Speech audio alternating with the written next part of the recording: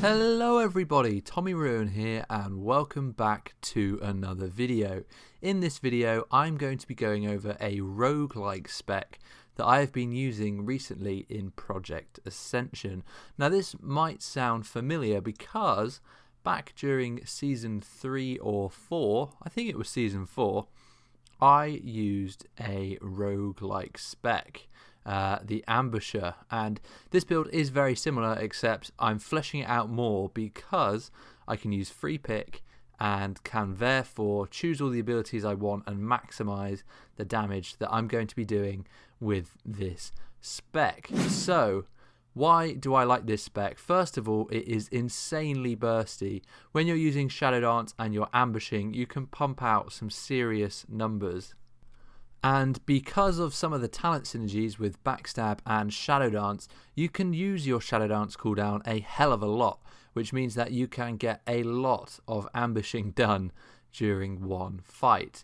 The other thing which I really like about this spec, and it's something that is, I guess, also a downside because it is mainly based around a cooldown, but your burst DPS when you time up your Blade Flurry and your your Shadow Dance is rather insane, and it's one of the most satisfying things to do, to see yourself jump up to like 10k AoE DPS just by using Blade Flurry and your single target rotation. It is silly. But anyway, first of all, I think we should probably take a look at the talents. So let's start things off in the rogue tree because this is where most of our talent points will be found. So first of all, we have Puncturing Wounds, which increases the critical strike chance of backstab by 30%. Now this is really good because it helps us towards getting a guaranteed critical strike on backstab. Second of all, we have Lethality, which increases the damage bonus of our critical strikes by 30%. We have Overkill, which gives us an increased energy regeneration when we come out of stealth. Now this works for stealth, it works for Shadow Dance, and it works when you're coming out of Vanish. So you get a quite high uptime on this talent, and the 30% energy regen is really helpful for smoothing out the rotation. We have Focused Attacks, which when we crit we get 3 energy. This is also very good for kind of smoothing out the rotation because it means we can be casting our backstabs almost constantly, which is really good for reducing the cooldown of our Shadow Dance. We have Hunger for Blood, which is just a flat 5% damage increase. We have 5 out of 5 close quarters combat. Now this talent, when you get to the higher crit levels, this is the one that you will be taking points out of. So if you are over the crit cap, which I'll go over later, you can start taking points out of this and putting them into pure stat increases like agility. So once you get to the crit cap, you can take these points out if and when necessary, but you always want to make sure you are at the crit cap. So having a few points in here is fine. It's 2% crit per point, so it is still very good talent economy. We have Blade Flurry for the insane AoE burst DPS that we can do when this is up. We have Blade Twisting for 10% damage increase on our backstab. We have Vitality for an increase of 40% energy regeneration rate, which again smooths out the rotation. Surprise Attacks increases our backstab damage by 10%, which is just really good for one talent essence.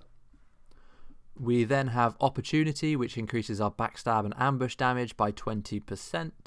We have Improved Ambush, which gives us 50% crit chance on ambush, which is insane. It means that the crit cap for this spec is quite low, which is really good. We take Dirty Deeds here because it gives us 20% more damage in the execute range, and when we use Shadow Step, which we do on cooldown, it gives us 30 energy, which is nice and again smooths out the rotation. Master of Subtlety is a 10% damage bonus while stealthed and after stealth. It gives us 10% damage, and this works when you're using Shadow Dance, so you just get 10% more damage during Shadow Dance and for 10 seconds after. Really nice, and it works very well with the legendary random enchant. 6% attack power from Deadliness is good, it just means that we do more damage with our abilities. Shadow Step, of course, to give us the damage increase, which gives us 10% damage when we use our next rogue ability after using it. And with Dirty Deeds, it gives us 30 energy. Slaughter from the Shadows is really nice. It reduces the energy cost of our backstab and ambush by 20, which is really big, and it also allows us to reduce the cooldown of Shadow Dance when we deal damage with backstab. Finally, in the rogue tree, we have Shadow Dance, which allows us to use ambush outside of stealth. Then let's just go into the warrior tree next. We have 3 out of 3 for deep wounds, which is just free damage really. We have 1 out of 2 weapon mastery. You only really need 1 in here, but it increases your expertise by quite a lot. It gives you 30 expertise when it stacks up 3 times, and this is great when you are in PvE encounters. Death Wish is just a damage cooldown. It increases your damage by 15%. And then we have Shredding Blows, which gives us 15% armor penetration, and this is up constantly because we're always critting. Finally then, in the Paladin tree, we have Ardent Defender. This is just a save your life talent. Every spec should have it, this or Cheat Death, but I prefer Ardent. It is, a lifesaver, and you will know if you don't have it because you will die instantly, whereas others would survive with Ardent Defender. Alright, so those are the talents. Let's take a look at the random enchants. Okay, so let's go over the REs then. So first I'm going to run through the REs that I use and then talk about why you might want to change these up if your stats are slightly lower. So first of all, I run 3 out of 3 Puncturing Wounds, which gives backstab an increased 18% crit chance. This takes the total up to 48%. With the talents, we have 3 Opportunity, which gives us 15% ambush and backstab damage. We have 3 Focused Attacks, which again gives us 3 energy per crit and helps smooth out the rotation. We have 3 Find Weakness, which gives us 12% rogue ability damage, so that's 27% increased damage from those REs. We then have, I have 1 Slaughter from the Shadows, which gives us a 2 energy reduction on our backstabs. We have Cut to the Chase, which means that our eviscerates reset Slice and Dice. We have Deadliness, which gives us 2% attack power, Lightning Reflexes, which gives us 3% agility, and the legendary enchant Assuarging Shadows. I don't know how you say that. Let's just call it the Ambush Legendary. So we have the Ambush Legendary, and this, when you use your Shadow Dance, you apply shadow marks to enemies, and it's 3 to random mobs and 1 to players. And when you ambush the target that has shadow marks on it, it resets your shadow step cooldown and removes a shadow mark, which then gives you a buff that increases your damage by 4%. So if you ambush 3 times, you will get 3 shadow mark buffs, which increases your damage by 12%. This is really nice, and when it's combined with your Master of Subtlety talent, that's a 22% damage increase when you're in your Shadow Dance phase. So really nice damage bonus for that legendary random enchant.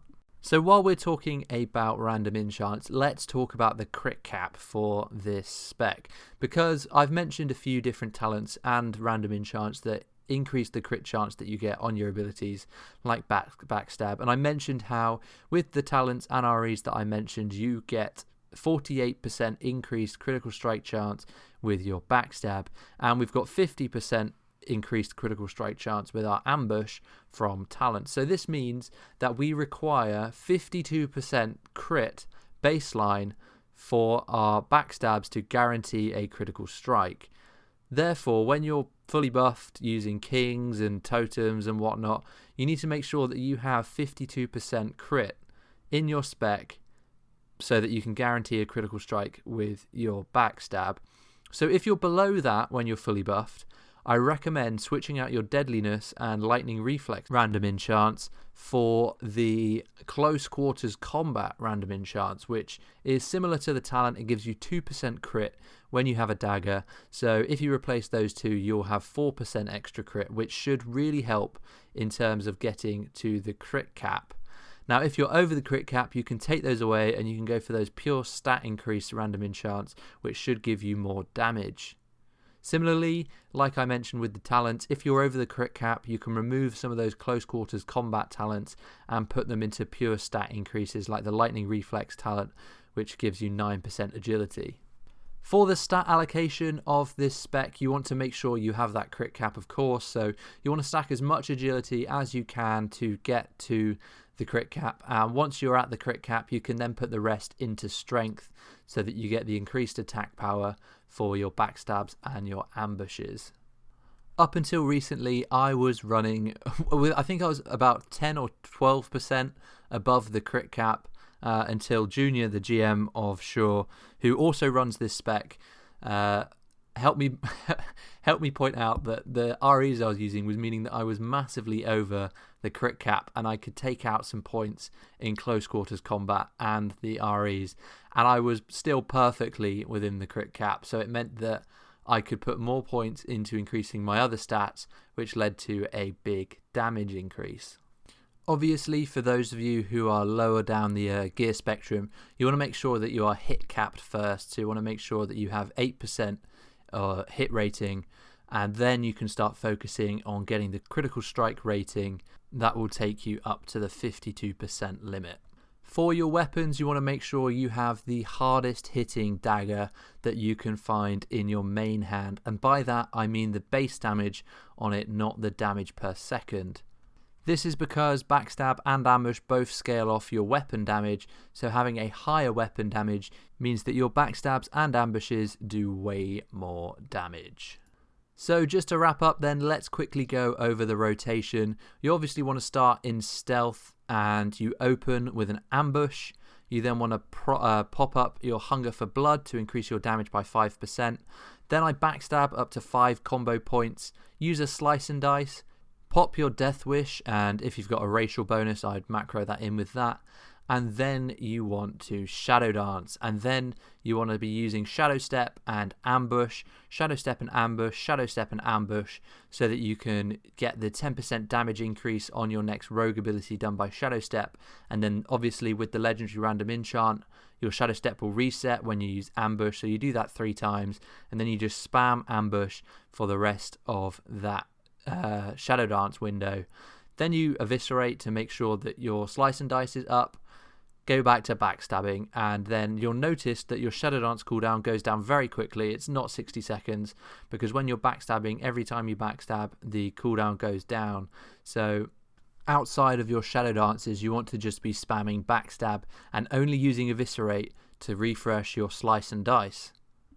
To smooth out the energy regen that you have during your rotation, you can use Shadow Step to give you that quick burst of energy, and you can also use Vanish so that you get the overkill proc during combat, and it also allows you to use an ambush outside of your Shadow Dance window.